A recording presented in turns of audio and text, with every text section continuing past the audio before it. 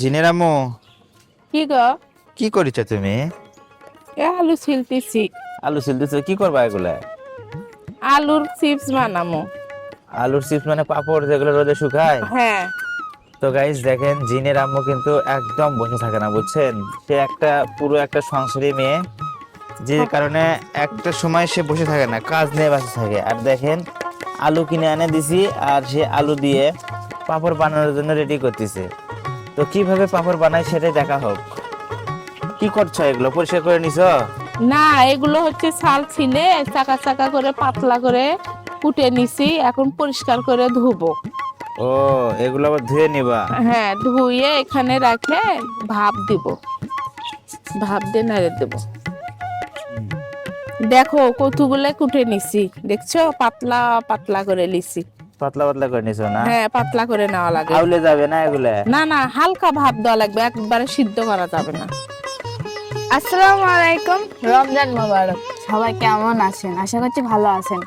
আর আজকে দেখেন, সকাল সকাল আম্মু আলুর পাপড় বানানোর জন্য ছাদের উপর কতগুলো আলু নিয়ে আসছে।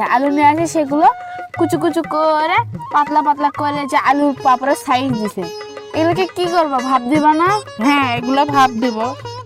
ভাপ দিয়ে রোদে শুকাতে দেব। এইরকম গ্রামের মহিলারাই শীতের সময় আসলে এইরকম আলুর পাপড় বানিয়ে শুকাতে দেয়, কারণ বাড়িতে তৈরি আলুর পাপড়ের কিন্তু স্বাদই অন্যরকম। বাইরে যে পাপড় ভাজাগুলো খাওয়া হয় সেগুলো খাইতে কিন্তু অনেক গন্ধ লাগে, কিন্তু বাড়িতে যেগুলো বানানো হয় সেগুলো কিন্তু অনেক পরিষ্কার পরিচ্ছন্নভাবে বানানো হয়, যে কারণে খেলেও অন্যরকম একটা স্বাদ পাওয়া যায়।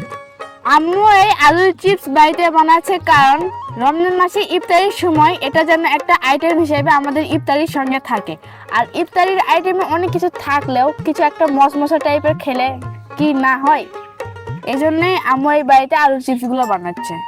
আর আলুর চিপসটা সবারই পছন্দ, ছোট বড়। জিনিয়ার তো পছন্দ, জিনিয়ার আব্বুরও পছন্দ, আমাদের সবারই পছন্দ।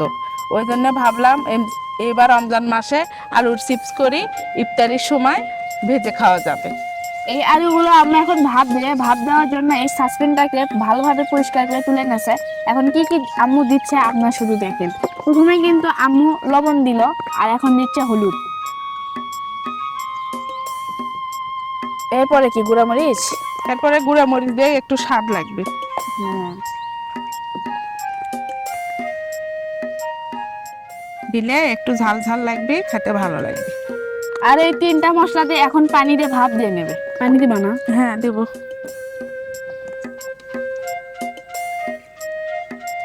পানি অল্প দেয়, কি জন্য? নতুন আলু থেকে পানি বের হয়। আর এটা এখন আমি নিয়ে যে ভাবে বসে দেব, আর এটা ভাপ হয়ে গেলে আম্মু কিন্তু নামিয়ে নেবে, কারণ আমার একটু পর স্কুল যেতে হবে। আর এখন এটা আমি ফুল স্পিডে দিয়ে একদম ফুল হিটার দিয়ে সিদ্ধ করে নেব। আর একে ঢাকনা দিয়ে আমি ঢেকে দিলাম, ভাপ হোক। এটা এখন সিদ্ধ হয়ে গেছে, আদা সিদ্ধ হয়ে গেছে, বেশি সিদ্ধ করা যাবে না। কারণ ভাপ দেওয়া হয়ে গেছে, আমি চালুনে ঢালে নেব পানি নিংড়ানোর জন্য।